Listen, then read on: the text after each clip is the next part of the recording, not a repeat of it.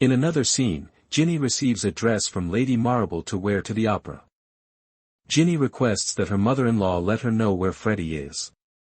Lady Marble, however, asserts ignorance and says Jinny should make an effort to patch things up with Seadown. You know, that article has him in pieces. After putting on the dress, Jinny leaves for the opera. She chooses to go straight to Seadown. When Seadown walks into his box at the opera, our Buccaneers are stunned. Jinny is just behind him. The controversy. Attendees of the opera watch in awe as she presses Seadown for answers. Where is Freddie? Seadown sidesteps her question by pretending to be afraid and trembling in front of the audience. To give the impression that she is trying to harm him, he holds her wrist. Jinny finally gives Seadown a well-earned slap. Seadown says Jinny is out of control and calls for assistance. She is carried away by two men. They are pursued by Nan and the others. As the men shove Jinny into a carriage and drive off, Nan and Guy observe. Later, they check Jinny into an asylum at Seadown's request. Jinny maintains that she is sane and that she is merely asking where her son is. I adore it when powerful males deceive women by dismissing their valid worries as hysteria. After Nan and Guy locate the asylum, the former insists on seeing her sister. According to the woman she speaks with, Seadown has requested that Jinny not be permitted to have visitors. The following day, Seadown pays Jinny a visit. He says that seeing her like this scares him, and he also mentions that she is ill. That isn't true, of course. Jinny queries Freddie. Once more, Seadown sidesteps her query by claiming that their son is unrelated.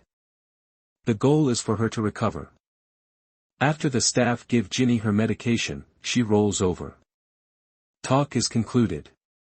A montage of Jinny refusing to eat her dinner follows. Freddie's well-being is a constant source of worry. Days later, Seadown comes back to finally show Jinny Freddie. Outside the building, we see a maid holding him. Jinny modifies her approach. She expresses gratitude to Seadown for looking after her and Freddie. She accepts his treatment and admits that she needs assistance. Oh no. Seadown then takes Jinny home. She and Freddie get back together. Regretfully, Seadown ends the reunion early, stating that Jinny has to get some rest for both her and Freddie's safety. This POS is amazing. When Nan and Guy get back to the asylum, they discover Jinny has left. Guy comforts Nan, who is upset. Following this, we see Jinny sitting across from Seadown for what is likely dinner, dressed to his liking.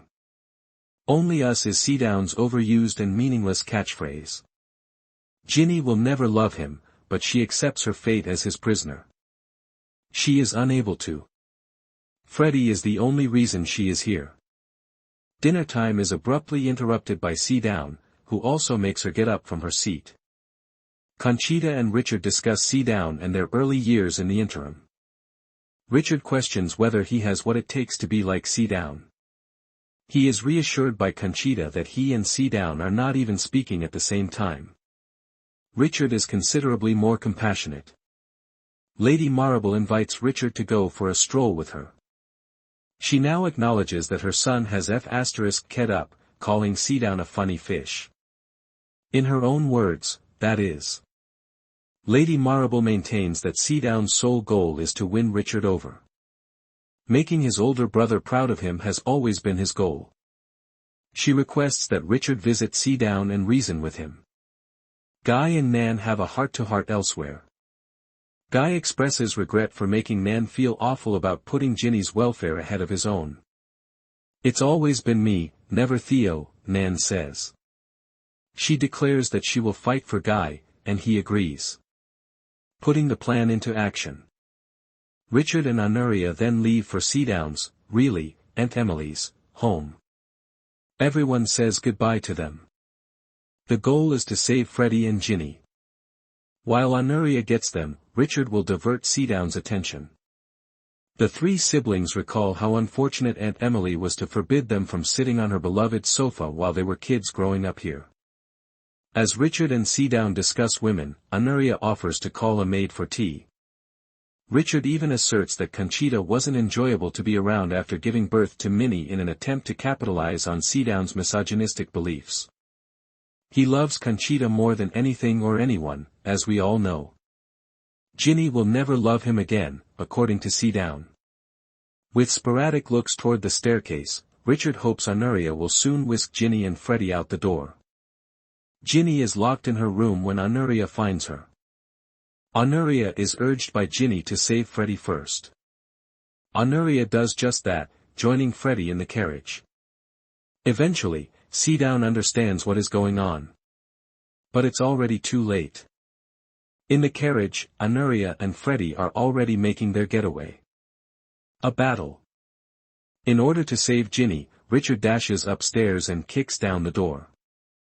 In the foyer, they discover Seadown standing with a rifle aimed at them.